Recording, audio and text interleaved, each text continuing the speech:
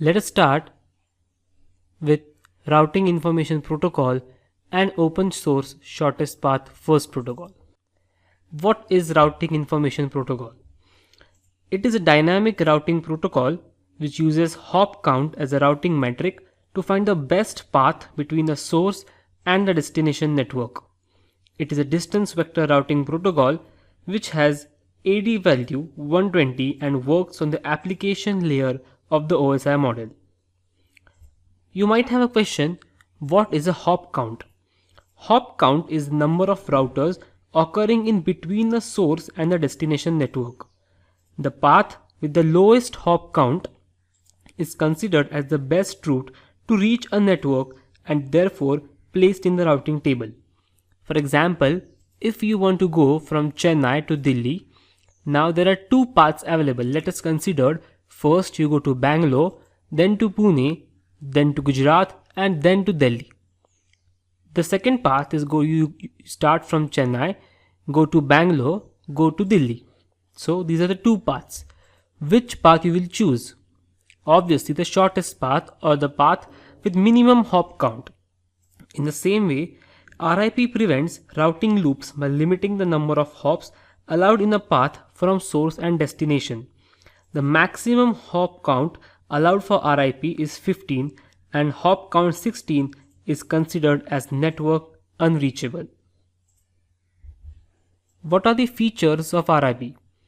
RIP updates of the network are exchanged periodically, then updates are always broadcasted, full routing tables are sent in updates, and routers always trust on routing information received from neighbor routers. This is also known as routing on rumors. So you might have guessed the disadvantage. Right, if one table entry is wrong, it will affect all the routers in that network. And that is why we prefer OSPF protocol, that is open source shortest path first protocol. Now let us see what is meant by OSPF. OSPF is another interior routing protocol. It is an intra-domain protocol and is based on the link state routing. For handling the routing efficiently and in a timely manner, the OSPF divides an autonomous system into different areas. What OSPF could do is the main question. OSPF provides solutions to most of the drawbacks of RIP. Using OSPF, we can scale up the routing architecture well beyond maximum 16 hops which were previously supported by RIP. Rather than exchanging node reachability, OSPF routers exchange link state information. Through the link state information, each router maintains a own copy of the network topology. From this link state database, it is possible to find the shortest routing path.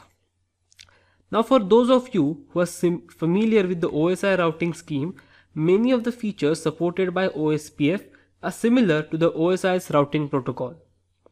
The original versions of OSPF are actually derived from some of the earlier versions of the ISIS protocol. What are the features of OSPF?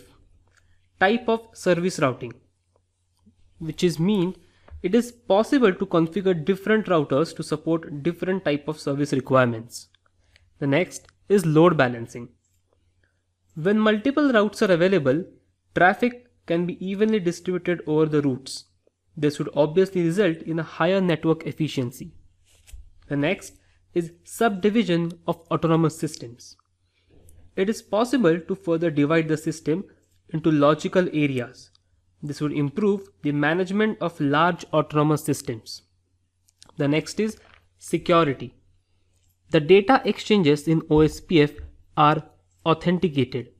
So only those hosts intended for the routing network are included in OSPF routing path. The fifth one is the host. OSPF supports specific network and sub-network routing.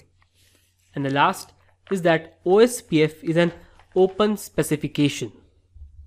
In the figure, you can see that OSPF has a backbone area, area 0, and the other areas are divided areas of an autonomous system. So we saw why do we need routing protocols. We saw what is RIP. We discussed the advantages and disadvantages of RIP. To overcome the disadvantages of RIP, we introduced OSPF and we also saw the features of OSPF.